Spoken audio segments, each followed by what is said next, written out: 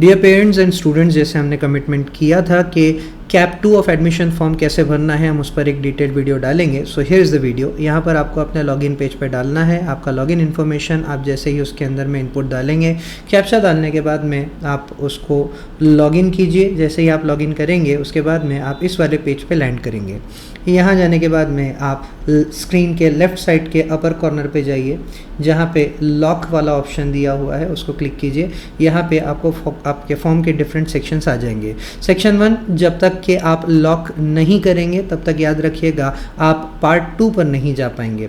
तो पार्ट 1 कैसे कंप्लीट करना है, हमने इस पर ऑलरेडी एक डिटेल्ड वीडियो बनाया हुआ है, उसको देखिए। पार्ट 1 लॉक कीजिए एंड देन फिर आप पार्ट 2 पे जा पाएंगे। पार्ट 2 यहाँ पर फिर 3 सेक्शंस में आ जाएगा, जहाँ फर्स्ट सेक्शन में आपको आपका स्ट्रीम सेलेक्ट करना है और स्ट्रीम के साथ साथ आपको आपकी लैंग्वेज सेलेक्ट करनी है। स्ट्रीम में आपके पास में 3 ऑप्शन है, आर्ट्स, कॉमर्स, साइंस, और लैंग्वेज में आप यहाँ पे देख सकते हैं कि इतने ऑप्शंस आपके पास में अवेलेबल है।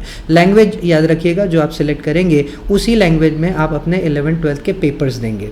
तो हमने यहाँ पे सेलेक्ट किया साइंस और उसके बाद में सेलेक्ट किया English as a main language. फिर आप सेकंड सेक्शन पे जाएंगे जहाँ पे अब आपको कॉलेज सेलेक्ट करना है। कॉलेज सेलेक्ट करने के लिए आप अपना डिस्ट्रिक्ट डालिए, अपना तालुका प्लेस वगैरह डालिए और सीधे सर्च वाले ऑप्शन में अगर आप चले जाते हैं तो इसके बाद में आपको एक लिस्ट जो है वो नीचे की तरफ देखने के लिए मिलेगी। अगर आपको एग्जैक्टली अपने कॉलेजेस की डिटेल मालूम है, कहाँ एडमिशन लेना है वो पता है, तो फिर कॉलेज का सारा इन्फॉर्मेशन जो है वहाँ पर डालकर फिर आप सर्च की तरफ में जा सकते हैं। अदरवाइज़ अगर आपको बहुत सारे ऑप्शंस देखने हैं तो आप सिंपली डिस्ट्रिक्ट का डिटेल डालिए, तालुका डिटेल डालिए और सर्च वाले ऑप्शन में चले जाइए। देन आपको एक पूरी की पूरी लिस्ट आ जाएगी। लिस्ट में जाने के बाद में प्लीज़ उसको स्क्रॉल कीजिए, बाजू की तरफ में जाने के बाद में हर कॉलेज का डिटेल देखिए, खासतौर पे वो कॉलेज जिसमें आप एडमिशन लेना चाहते हैं। अब कॉलेज के इन्फॉर्मेशन में जब आप जाएंगे तो प्लीज़ नीचे की तरफ में स्क्रॉल डाउन करते हुए जाइए ताकि आपको ये पता चले कि जिस कॉलेज में आप एडमिशन लेना चाहते हैं वो कौन कौन से सब्जेक्ट ऑफ़र करता है।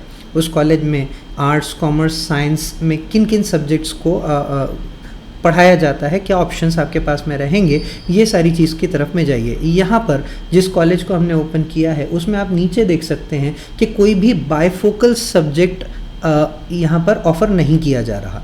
अब this is for the science student. देखिए ध्यान से बात समझिए, अगर आप डिसाइड कर चुके हैं कि हमको 11th में आगे चलकर जेई या इंजीनियरिंग साइड में ही जाना है तो आपको उस हिसाब से सब्जेक्ट्स सिलेक्ट करने पड़ेंगे। आपके पास में 2 तरह के ऑप्शंस होंगे, एक तो जनरल और दूसरा बायफोकल। जनरल में आपको ओवरऑल 6 सब्जेक्ट्स रहेंगे, जिसमें से इंग्लिश और कोई भी एक लैंग्वेज हो सकता है आपके रीजन के हिसाब से। उसके अलावा केमिस्ट्री, फिजिक्स, मैथ्स, बायो, ये 4 सब्जेक्ट्स रहेंगे। बट अगर आप डिसाइड कर चुके हैं कि मुझे मैथ्स नहीं लेना तो कॉलेज की लिस्ट में जाइए, जैसे हमने डिटेल सेक्शन में बोला, और ये देखिए कि वो कॉलेज मैथ्स का कोई ऑल्टरनेटिव प्रोवाइड करता है या नहीं करता। इसी तरह अगर आप इंजीनियरिंग साइड में जाना चाहते हैं तो प्लीज़ ये देखिए कि क्या वो कॉलेज किसी तरह का वोकेशनल कोर्स ऑफ़र करता है या नहीं करता। वोकेशनल में आपको अलग अलग ऑप्शंस आ जाएंगे, जैसे कंप्यूटर साइंस हो गया, इलेक्ट्रॉनिक्स हो गया, इलेक्ट्रिकल हो गया, और ये सब्जेक्ट एडिशनल होता है 200 मार्क के लिए।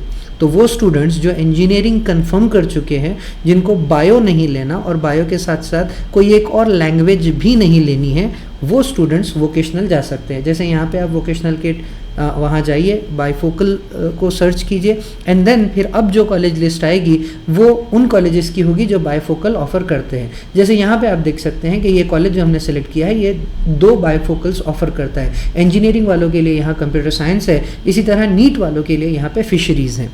यहाँ पर आप देख सकते हैं कि ये कॉलेज में एक और चीज़, बायफोकल सब्जेक्ट्स की फ़ीस जो होती है वो एडिशनल होती है। अब इस कॉलेज की फ़ी यहाँ पे जो पोर्टल है उसमें दिखाई हुई है। अलग अलग रीजन्स की फ़ीस अलग अलग होगी, तो आप जिस कॉलेज को सेलेक्ट करते हैं उसकी भी वोकेशनल की या बायफोकल की जो है फ़ी वो अलग हो सकती है। बट प्लीज़ उसको एक बार चेक कीजिए, जो भी कॉलेजेस को आप अपने सिलेक्शन लिस्ट में डालना चाहते हैं, एंड देन फिर जाकर उस कॉलेज को ऐड कीजिए।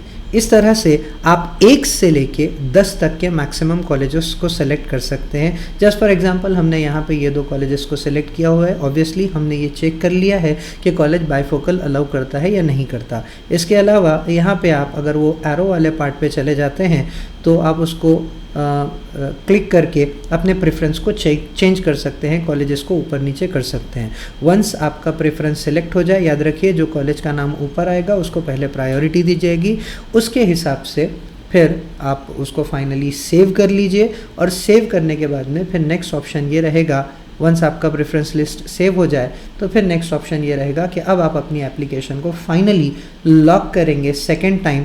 जैसे ही आप अपनी एप्लीकेशन को सेकेंड टाइम लॉक करेंगे, अब आपका एप्लीकेशन प्रोसेस जो है वो कंप्लीट हो चुका है। इसको लॉक कर दीजिए और लॉक करने के बाद में एप्लीकेशन फॉर्म को डाउनलोड कर लीजिए। इस तरह से आपका एप्लीकेशन कंफर्म हो जाएगा। एंड देन फिर जब कॉलेज की अलॉटमेंट का अनाउंसमेंट होगा उसके बाद में आपको अपनी डॉक्यूमेंट्स के साथ में उस कॉलेज में जाना है और फाइनली वहाँ जाकर अपने एडमिशन को कंफर्म करना है। होप सारी चीज़ें आप लोगों के लिए क्लियर है। इन केस अगर आपको और कोई भी डाउट या प्रॉब्लम रहती है तो feel free to approach RSC Ramis's classes. Thank you.